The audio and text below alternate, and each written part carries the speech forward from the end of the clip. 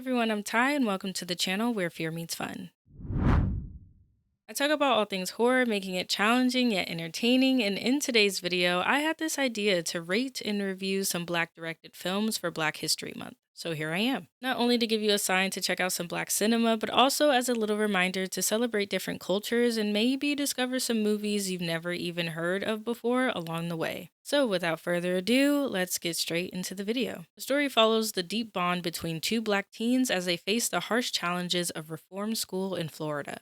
I watched 2024's Nickel Boys. Considering how uncommon the tight 4:3 aspect ratio is in today's films, it was a really intriguing decision to go with. This ratio was used in the film to give a closer, more personal point of view as though you were actually in the main character's shoes. Speaking about the main character, we watch Elwood go from a little boy to a teenager, and as the movie hops around in time, we get to observe his hobbies, anxieties, and relationships via his own eyes. The narrative decisions were thoughtful and purposeful. The way the camera flows so effortlessly, the way the music starts at specific points, and the way archival footage and environmental imagery are used all give you that impression. Elwood's point of view resembled a person's mind narrating events, both positive and negative, as well as the moments between failures, joys, and successes. Seeing things through Elwood's eyes was not only oppressive but also uncomfortable at times, since, as we can all agree, racism was pervasive during this period and Black people were not granted compassion and grace. At the technical school where he attends, the depiction of extreme segregation and a lack of basic amenities, such as everyone taking a shower for just 2 minutes because that's all they were afforded, was just incomprehensible. I had no idea that reformatories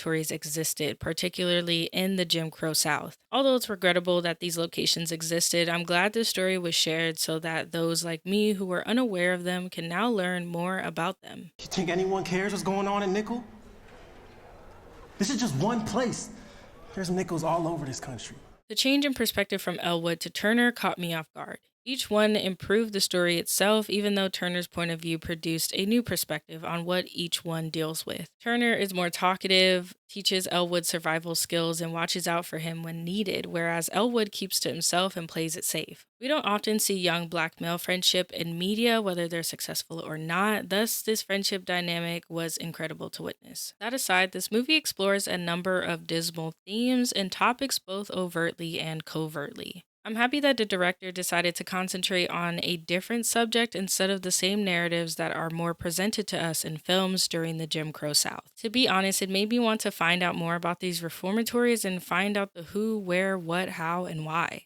I have a lot of thoughts and a lot to analyze about this movie, but there are other films to discuss. Overall, the themes of racial hierarchy, social control, and institutionalization, among others, were disheartening to see. Even though the story's pacing was a bit slow moving for me, it still kept my attention all the way through. This movie's messaging, deep narrative, and heartfelt representation of Black male friendship sold me, and so for that reason, I gave this movie a 4.5 out of 5. When her fiance is wrongly imprisoned, a pregnant woman fights to clear his name and prove his innocence. I watched 2018's If Beale Street Could Talk. First of all, I didn't even know this movie was based on a book, and now it made me want to read it. James Baldwin needs no introduction. He was a phenomenal writer, so I already knew I was in for something with deep meaning, characters that felt real, and a story that extended beyond just the art of storytelling. This film was recommended to me, so my expectations were pretty high. I'm not usually a romance person, I love horror, so I went in with an open mind. The funny thing is that I love reading romance novels, so I treated this more like a visual novel than anything else, which helped me to give it a fair chance, especially knowing it was adapted from a book. The movie wasn't just about these two characters, but also the world around them and their families that shaped them. And if you touch my baby sister, I'm gonna have to make up my mind real quick. The way she hit that consonant, Ernestine, you're officially my favorite character. You have been promoted. You are now one of my elite employees. The narration felt unlike anything I had experienced in a film before. It was spoken word-like, poetic in every line that Tish, our main character, delivered. It reminded me of the outro in her song Against Me. Both shared the same level of articulation, expressiveness, and emotional weight. The score was subtle and emotional, but intense when it needed to be. The use of strings and brass felt momentous, and I think that's the true power of jazz, how enthralling and hypnotic it can be. Jazz feels like love, but also feels vulnerable, and I think the placement of the score was intentional as well. Visually, the movie had a hazy film grain and a dreamlike quality, even though the colors were rich and warm. The themes dealt with heavy subjects like institutionalization, love, passion, dysfunction, the false imprisonment of black men, oppression, and hope. Watching Fonny's deterioration was heartbreaking, and whenever he appeared on screen in jail, he was completely captivating as a character. Again, so many thoughts, but I have to move on. Overall, the acting was phenomenal, the casting was amazing, and I really enjoyed the stylistic choices made from the cinematography. We gained access to their love story through flashbacks sprinkled throughout the film, which ended up being my favorite part. That said, the pacing felt a little slow for my liking, and for that reason, I gave this movie a 3.5 out of 5. A young black poet in Chicago begins dating a gifted photographer. As they navigate whether it's true love or just casual, their friends join in on candid talks about romance and sex until she challenges his devotion, sparking a series of romantic twists. I watched 1997's Love Jones. I just want to tell you how much I love the sound of Nia Long's voice. It's like a warm hug. What I love most about 90s and early 2000s films was just how accurate the lighting felt in movies like this one. I appreciated the lack of over-polished magazine-style lighting. Also, Lawrence Tate was just such a fine man. Say, baby, can I be your slave? Yes, sir. Yes, sir. Yes, sir. Something this film taught me about was poetry. I didn't even know poetry could be performed with live instrumental music that synced up with the performance. Do things like this still exist, or has it all been dumbed down to just spoken word without instruments? I'm not sure. You let me know. At the beginning of the film, Darius's action in order to pursue Nina were a bit forward and honestly slightly scary. Please, any guy watching this movie, do not do this. It was creepy, not romantic. Please don't do it. But this was a movie, a work of fiction, and so for the sake of fantasy, I let it go and allowed myself to enjoy the rest of the film. I love the friendships they had outside of their relationship. They provided comedic relief and really breathed life into the story. Seeing black love, art, and expression portrayed so realistically was refreshing, especially compared to the heavier themes in the last black romance film I watched. This one was lighthearted while still tackling the ups and downs of a situationship. It reminded me of Two Can Play That Game, but without the toxic games. There was something so unique yet simple about this love story, and I genuinely loved it. I don't want to give too much away for planning to watch it, but just know, overall, there should be more movies like this. Lawrence Tate and Nia Long had incredible chemistry. I loved every second of this film, which honestly surprised me, and I really enjoyed the push and pull dynamic, and for that reason, I gave this movie a 4 out of 5. Richmond High's basketball coach made headlines in 1999 when he benched his undefeated team over poor academic performance. I watched 2005's Coach Carter. I grew up playing basketball and going to my siblings' high school games. There's nothing like being part of the excitement and rush of a game. This film gave me a lifetime supply of testosterone, but jokes aside, the characters really brought this otherwise simple plot together. From the setting in Richmond, which if you're from the Bay, you know, to the school looking exactly like what you'd expect from underfunding, and the different personalities you find in sports culture, everything felt grounded in reality, which makes sense since this movie was based on a true story. I always appreciated coaches like Coach Carter who disciplined through conditioning. If you are late, you will run. If you give me attitude, you will do push-ups. So you can push up or shut up. There were so many student athletes who loved the game but didn't realize that the only thing keeping them there was their education. Grades mattered just as much as their performance on the court. Coach Carter wasn't just a great coach, he was an educator, the kind you'd hope for when the system is designed for so many kids to fail. Him putting a system in place to having a GPA minimum to stay on the team made complete sense, and again, conditioning both on and off the court was what made you a phenomenal athlete, not just a good one. It's crazy. A dress code and they have to sit in the front row in class? This is basketball, man. And basketball is a privilege, ma'am. Even the names of his plays were interesting and engaging, and this scene right here is what it's all about. I'll do push-ups for him. You said we're a team. One person struggles and we all struggle. One player triumphs, we all triumph, right? Teamwork really did make the dream work, and that moment drove the message home. The basketball scenes were action-packed, thrilling, and nerve-wracking, especially the final championship game. The relationship dynamics were my second favorite part of the film as well. Overall, the story was gripping from beginning to end, and Samuel L. Jackson will never not be that guy. I mean, sir. The casting and soundtrack were packed with early 2000s favorites, which I'll always appreciate. This film delivered a powerful message and narrative, and for that reason, I gave this movie a 5 out of 5. In a post-apocalyptic America, a lone man battles across the wasteland to protect a sacred book that holds the key to humanity's survival. I watched 2010's The Book of Eli. For some reason, the editing, color grading, and low saturation look of this film reminded me of an early 2000s rock music video. It relied heavily on dark imagery, and at times it felt too dark. The black tones in this film were so deep that I couldn't make out certain details even with my brightness turned all the way up. I will say though, the fight scenes were pretty cool, especially the one at the very beginning. It gave the audience a taste of what's to come while also showing just how cool our main character was. The Foley work sounded super realistic and accurate, but the sound overall felt inconsistent. Some moments were loud while others were barely audible. I found myself constantly adjusting the volume, which got annoying. It sounded like the characters were mumbling instead of enunciating. It's American made. Oh, yeah. I got a whole bunch of these. Do you? Yeah. No, works the same way. What about toys? Any toys?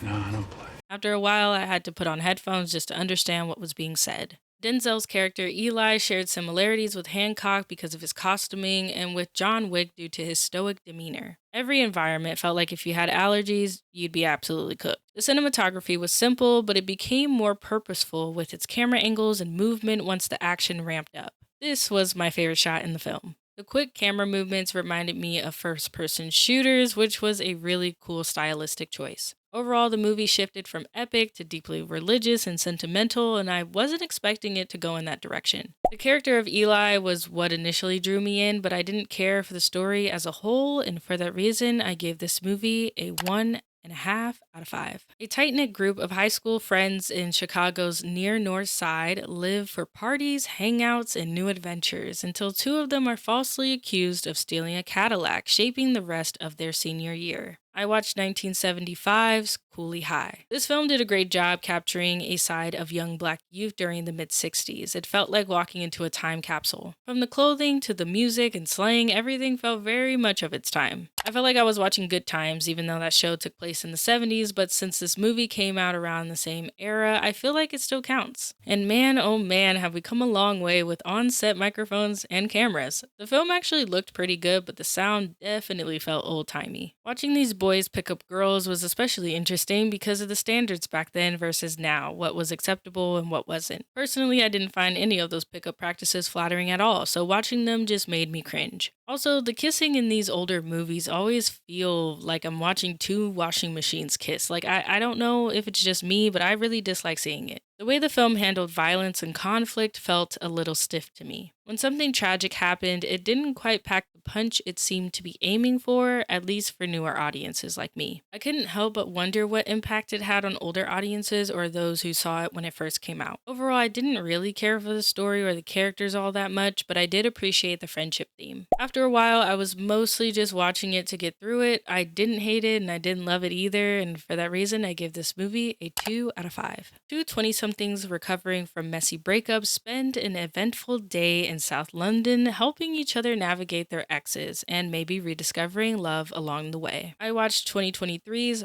Rye Lane. The first thing that caught my eye was the color grading. Every shot had color throughout, whether vibrant or muted. The line delivery was so crisp to my ears that it almost sounded like it had been dubbed over. The film placed the characters into flashbacks, which I thought was a neat touch. Instead of watching the memory play out, we saw the present characters in the past memory, as if we, the audience, and the characters themselves were flies on the wall. I really want to play this clip for you, but it has music, so I'll just describe to you what's happening. Yas asked Dom what's happening, telling him to spill the tea, and he said that he goes to a movie theater to meet his now ex-girlfriend, and as he's recounting, we see their present selves enter the frame. Ooh, this is nice! There was drama, deception, and heartbreak wrapped up in this movie, but it was still supposed to be a romance, right? We watched two strangers meet, spend a full day having a grand old time together, and then something happened that caused them to stop talking. I just didn't buy that these two were falling for each other just after one day, which is why the strangers to lovers and love at first sight tropes combined are iffy for me. They didn't really know each other long enough to still be thinking about each other the way they were afterward, in my opinion. What's not clicking? What's not clicking? Overall, the film felt very British to my American eyes and ears. The storytelling choices were comical, self-aware, and modern. It felt like I was watching a theater play in movie form, but the story was just okay for me, and for that reason, I gave this movie a 2.5 out of 5. I don't know about you, but my first introduction to Michael J. White was his role as Marcus in Why Did I Get Married? Why Did I Get Married 2? In the TV show For Better or Worse. You've probably seen him in so many movies as shown here on screen, but this man is genuinely impressive. Something I didn't know about him until recently was that he's a professional trained American martial artist. He received the Bruce Lee Award in 2025 and became the first non-Asian recipient, honoring his significant impact as a martial arts actor at the Asian World Film Festival. He's trained in multiple disciplines and held several black belts across different martial arts. All of those skills show up in action films he works on, and it just so happens we're talking about one of them today. This is the tale about an action hero that goes after a villain who kills his brother. To avenge his brother's death, he must clean up the streets and defeat the villain who started his quest to vengeance in the first place. I watched 2009's Black Dynamite. Even though this movie wasn't a blaxploitation film, it definitely pulled the themes from the genre and the way the story was told and shot, especially since it was set in the 70s. The look had heavy film grain, but the image never felt too fuzzy. The sound quality was clear, especially compared to Cooley High, which made me glad they didn't use overly dated audio just to feel quote-unquote authentic. The look and feel of the film were enough to drive home the story it wanted to tell. Early on, you can sense that something was about to go down when Black Dynamite's brother died and the cops started freaking out because they knew exactly who Black Dynamite was. It felt like John Wick when characters explain just how badly you messed up because it's freaking John Wick. And I'll tell you right now, Black Dynamite was just not to be messed with. If he could do this,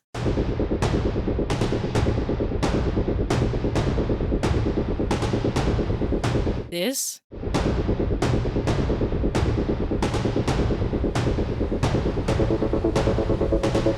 or this, There's no Nipsey here. you should probably run, or at least wish you were never there in the first place.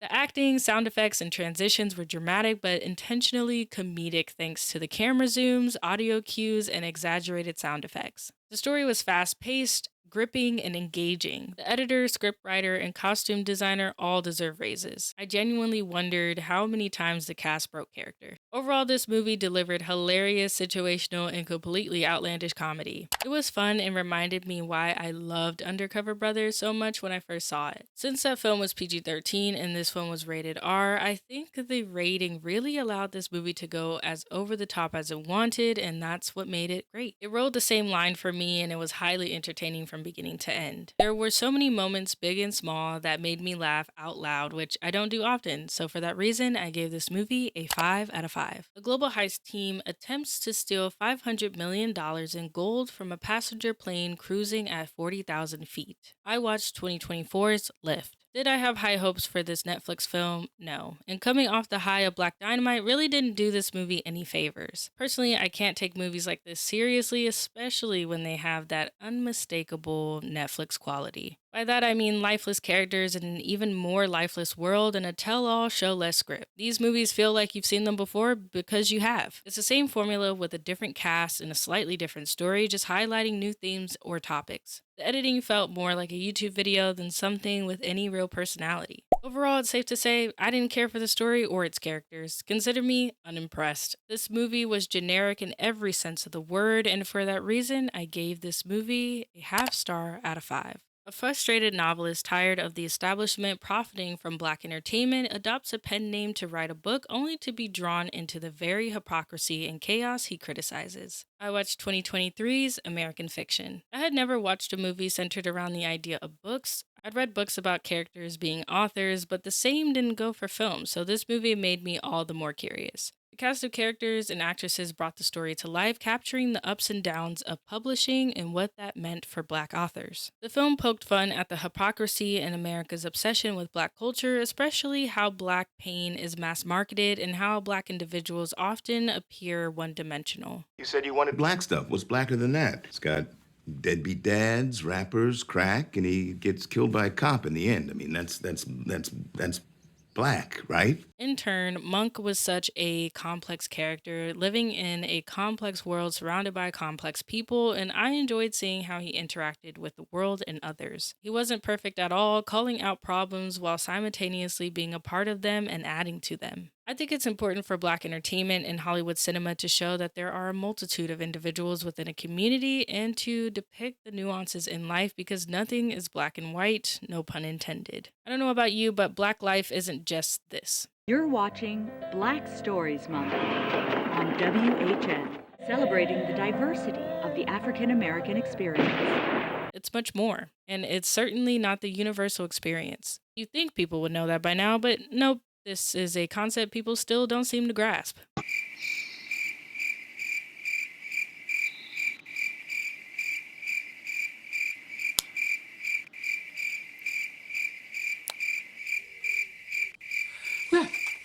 This film explored the very nature of chasing money, what sells, what gets people talking, and what makes people turn a blind eye to hypocrisy and imbalance. When Monk began writing a book that would sell rather than being authentic and genuine to himself, it reflected the unfortunate reality that many Black creatives feel pressure to quote-unquote sell out just to make ends meet or simply to succeed. It's something we see all the time in popular media. Drama gets clicks, shocking moments gets clicks, tragedy gets clicks. Seeing Monk's characters come to life in the very space where he was writing them was a pretty cool choice, giving the viewer a visual sense of what he was creating rather than just having him read it aloud to the audience. The theme of conformity was showcased well, and the storytelling was engaging. It made me glad that Black authors have a choice in what they write, whether it's a Black woman working a 9 to 5, a man owning a business, or even exploring gang life or gun violence if they wanted to. They can do that. And in the end, you get the choice to battle with the publishing world or self-publish, and that's the beauty of American fiction today. Not to say there aren't any hardships, I'm not in that industry and I don't know everything, but based on the books I've read, there's a lot more to explore beyond typical stereotypes and caricatures. And to me, that's cool. That's progress. Overall, this movie unpacked a lot, and I had many thoughts as a reader and consumer of fiction, art, and cinema. I love films that tackle big themes and topics relevant both inside and outside the publishing world. I think it did a great job in hitting those points when the plot called for it, though some ideas became a bit redundant over time, and for that reason, I gave this movie a 3.5 out of 5. And that's it. Who would have thought we'd end up with 2 5-star ratings out of a 10 movie selection? This was definitely not on my 2026 bingo card. I am a Black man,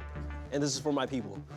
Alrighty, thank you guys. This is the first video on the channel to get such high ratings in a single upload. Now it makes me wonder what other videos might top this one, if any will at all. If you're interested in following the journey of this channel, don't forget to like and subscribe. Drop a comment below with any movies you think I should watch or any video ideas you want me to try in the future, and I'll see you in the next one.